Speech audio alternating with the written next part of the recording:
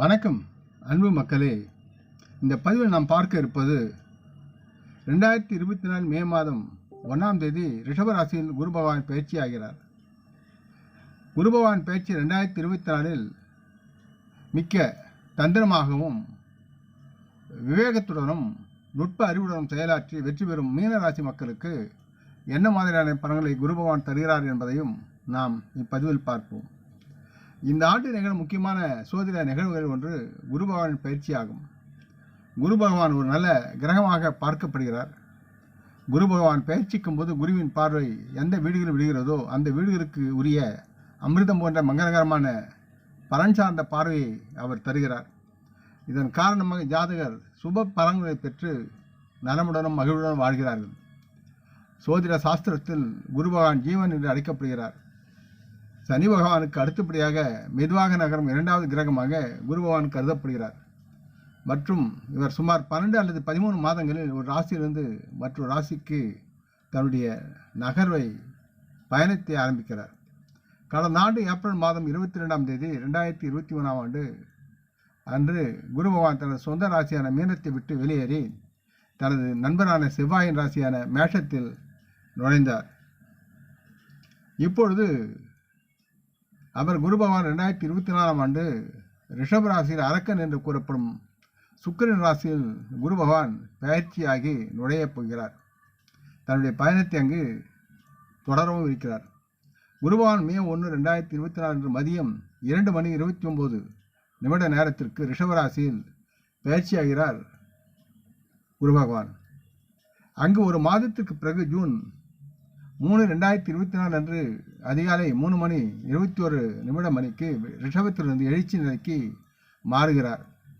இங்கு குரு அஸ்தமனம் செய்யும் இந்த காலத்தில் திருமணம் போன்ற சுப காரியங்கள் யாவும் நடைபெறாமல் மீண்டும் குரு பகவான் உதயமாகும் போது இப்பணிகள் மீண்டும் தொடங்கும்.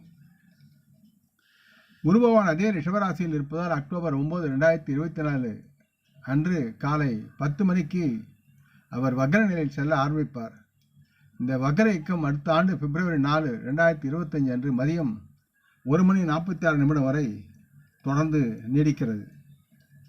குரு பகவான் ஒரு நல்ல மற்றும் வளர்ச்சியை ஏற்படுத்தும் கிரகம் மற்றும் குருவின் பார்வை எந்த வீடுகளின் மீது விடுகிறதோ அவர் நல்ல பார்வையால் அவர் அந்தந்த வீடுகளையும் அவை தொடர்பான பலன்களையும் ஜாதகருக்கு கொடுத்து அவர்களை மகிழ்ச்சி கடலில் ஆழ்த்துவார். இந்த ராசி பலன் சந்திரன் ராசியை அடிப்படையாக கொண்டது.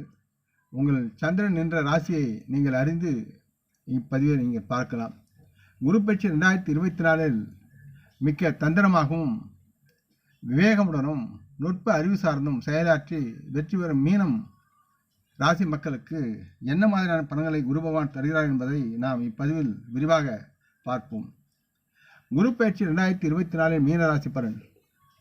குரு பகவான் மீனராசியின் அதிபதி. எனவே உங்களுக்கு மிக முக்கியமான கிரகமாக இவர் இருக்கிறார். உங்கள் ராசிக்கு அதிபதியாக இருப்பதுடன் இவர் உங்களின் கர்ம வீடான 10ஆம் வீட்டிற்கும் அதிபதியாகவும் இருக்கிறார்.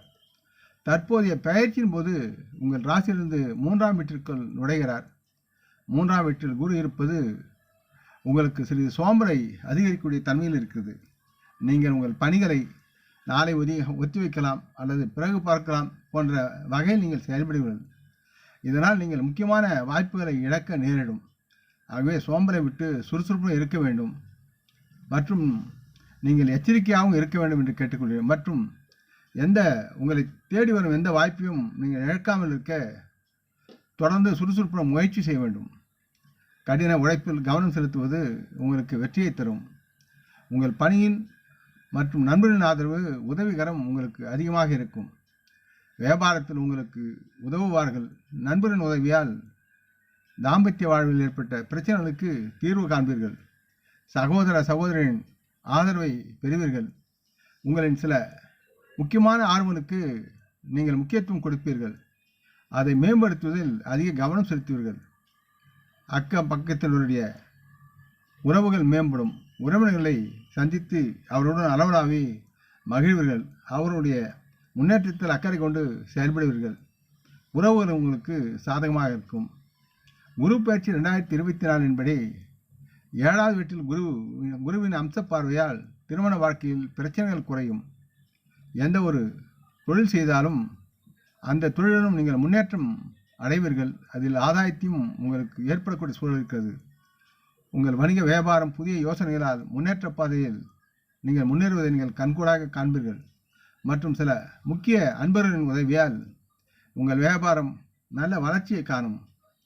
9ஆம் வீட்டின் குரு 7ஆம் பார்வையாக இருப்பதால் நீங்கள் தொண்டு, ஆன்மீகம், மதம், தர்மசாரம், அறம் மற்றும் நல்ல செயல்களை செய்ய விரும்புவீர்கள்.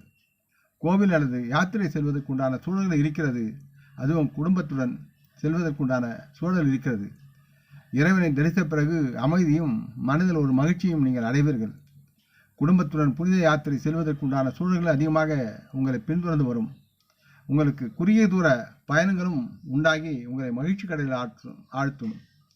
11ஆவது வீட்டில் குருவின் அம்சம் காரணமாக நீங்கள் பொருளாதார நிதி ரீதியாக உங்கள் முயற்சியில் நல்ல பலன்களை பெற்று நல்லதொரு ஆதாயத்தை நீங்கள் அடைவீர்கள்.